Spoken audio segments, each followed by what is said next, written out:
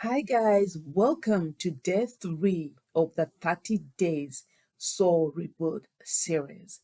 In this series today, we are going to go into emotional baggage, how to release emotional baggage. Because if you want to be free, if you want to feel lighter, if you want to have clarity, if you want to move forward with enthusiasm, then you have to rewrite the story that is leading your life. The story that you're telling yourself, about the world, about your goals. It's a story that is going to show up in your experiences. So your emotional baggage seems to be like the engine that drives the story that you consistently tell yourself.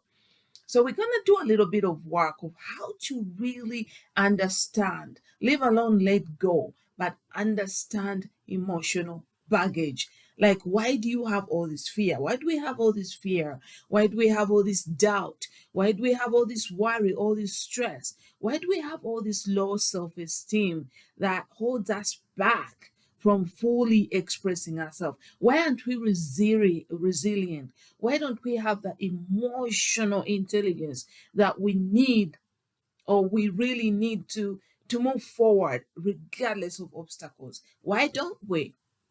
So you may want to ask yourself that question. So we're going to do some work. Rebooting means work, you guys. There is nothing for free. Even if this video is for free, you have to invest your attention. You have to invest you have to do some work. So I invite you to get pen, get back to that notebook, and I want you to write down all those negative emotions that you're feeling. Are you sad? Are you worried? Are you mourning somebody? Are you afraid? Are you jealous? Because sometimes jealousy is another emotion that you don't really know how to deal with. Are you envy? Are you feeling envy because other people are have everything they need, they're experiencing what you want to experience, and for some reason you you can't, you're always stuck, you're not moving forward, you seem to be taking one step forward and 300 backward. That makes you mad at people who are succeeding. So what emotions are you carrying that seem to be holding you back? So pause the video and write them down. Write as many as you can. There is no wrong or right answer, and no one is watching your notebook anyway, so you may as well. All right. So let's continue. Let's imagine you've written down all these negative emotions, all this bondage, all the things that are weighing you down, and they are valid, okay? But they are not factual. Let me explain. Number one, anything that you're feeling is based on a historic event. Even if you started feel, let's imagine something happened a few minutes ago and you're feeling sad about it. You're feeling sad about a historic event, about what's dead. It's gone. It's not alive. That's why you're not feeling it. But when you get in the present moment, which is always changing, which is eternal, there is no way you can go back to the past and start thinking about, or even accepting your negative emotions to be the truth. So, point number one is to understand that that stress, that worry, that fear is based on a historic event. It's a memory. You're carrying this emotion based on a memory. You're literally reliving a very long moment up to this moment. So then you start questioning, okay, so it happened. I've cancelled people, and I validate it because I've gone through the same things. Like, something happened to you when you were 10 and you're still suffering that emotion. And you wonder, why am I still suffering this emotion? It's because now we know, number one, it's a historic event. Number two is because of the habit of remembering the past. Of remember, once you have the habit of believing, our power of belief. It's a power that can build you, and it's a power that can destroy you. And the habit of thinking and remembering is also a power that can build you, and it's a power that can break you. So those habits, which are our powers, the power to remember, the power of memory, the power of belief, it means that you have misused your power of belief. Let me explain by going deeper into number three. What are you believing? Why would we believe a negative emotion? So you suddenly feel sad, but you don't have to be sad, but the feeling has come up. It's been triggered. Maybe something in your environment has triggered that memory. There is a similarity in what has happened, and it's kind of like bringing out something similar within you.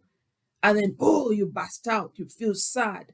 And you can feel the sadness, but you don't have to be sad. You don't have to engage into the sadness. But because we probably don't have the emotional intelligence skills to know that we can choose how to feel, we can choose to be witnesses of these emotions. We just jump onto the emotion, and then it's like drinking medicine. I mean, drinking poison, our own poison. So, again, I'll repeat. Number one, reason why we feel these negative emotions. Number one, we are respecting or believing, we are reliving a negative past. We are bringing history to the now. That negative emotion you're feeling is based on a past event. Even if that event happened a second ago, it's in the past. So that's why, like you're drilling, you're digging the dead, you're uncoughing things that are gone. And then the second issue, why? It's because you have your powers, the power to remember, the power to believe. You have this habit of remembering things and then believing them to be the truth. You have the ability to remember, which is your power, but then you're misusing it, and misusing it to a way that is hurting you. It's like you're drinking your own poison. All right, or your own created poison.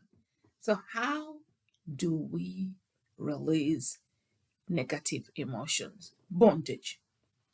There's so many techniques. There is EFT. EFT is amazing because it goes into your meridian points by tapping on certain points. And then it's like these are the circuits to your electricity that carries information throughout your body, and then it connects to where these emotions could be logging. Remember, your mind, of course, is connected to your body.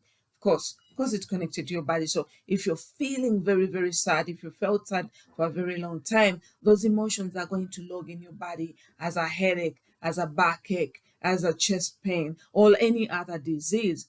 Because emotions are energy, and that energy gets stuck in your circulatory system, in your meridian system, and then they are short circuit. So you don't really feel good. You don't feel vibrant. You don't feel clear because your energy system is interrupted by these negative emotions that have turned into negative energy. So you can use EFT. Okay. And I will leave a script in the description for you to really tap. Go through this script, you guys, and tap on the negative emotions one after another. Don't leave anything out.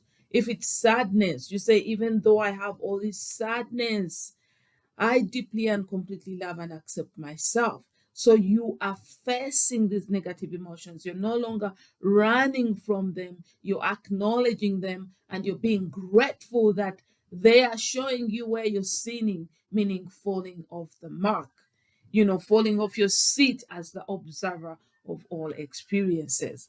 So I really hope this helps you understand that negative emotions, yes, they exist. And yes, we have a habit of believing them to be the truth.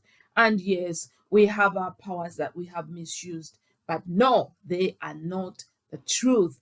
We can shift the way we relate to ourselves.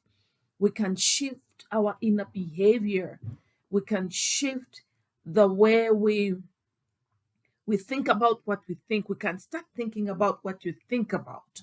Okay, that's another tip. Think about what you think about all the time, because there are so many thoughts that go past us without really paying attention about what we are thinking. Then you end up thinking the 60,000 thoughts we think of day, you end up thinking about the same negative thoughts you thought last year. And why won't you feel bad? Because the thoughts are projecting from a negative past. And of course, their sister, which is a negative emotion, is going to dwell in you. So you have all this bondage and this baggage because you are not conscious. You're not mindful. You're not thinking about what you're thinking. Okay. And thinking about what you're thinking means that you pay attention. You really become deliberate in paying attention to what you're thinking about on a daily basis. And actually, writing it down is an amazing way. You know, what you think about all the time, pay attention to that and then write those thoughts down. Okay. And then after a few days, you say, how do I want to think instead? What new thought am I ready to bring to life? Like, what is a different way I can think about this? And then you can use the power of reframing, whereby if you're thinking, oh man, I'm too old, you can say, too old compared to who? You know, or it's never happened. It's not. The things will never. Good things will never happen to me. You can reframe that and say, you know, as long as I'm alive, there is a possibility. Life is the greatest gift. Like, find more positive ways to speak to yourself. Let me tell you guys, freedom is easy. We make it hard.